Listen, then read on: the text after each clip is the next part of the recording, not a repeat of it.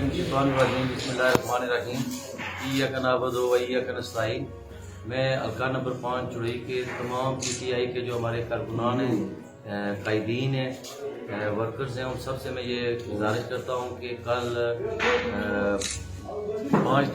6 तारीख 2 बजे दिन सैर पैर को चुड़ई कॉलेज ग्राउंड में हमारे वज़ीर अमूर कश्मीर अली अमीन गंडापुर साहब, मुराद सईद साहब, तनवीर अलियास साहब और पूरी क़यादत हमारी जो है वो यहाँ जलसे के सिलसिला में आ रही है। आप सब लोगों को जलसे में शिरकत की दावत दी जाती है। प्लीज़ टाइम का ख़ास ख्याल रखना और आप यहाँ आएँ और अपने कायदीन को सुने और अपने कायदीन के ऐलानात और उसके अलावा उनके अहकामात पर आप अमल करें। और आज इलेक्शन के हवाले से भी आपने गहमा गहमी देखी होगी कि अब हल्के में इलेक्शन का माहौल बन गया है। मेरी बहन मोहतरमा इम्तियाज़ नसीम साहिबा बाग से स्पेशल तशरीफ लाई, मैं इनका भी शुक्रिया अदा करता हूँ।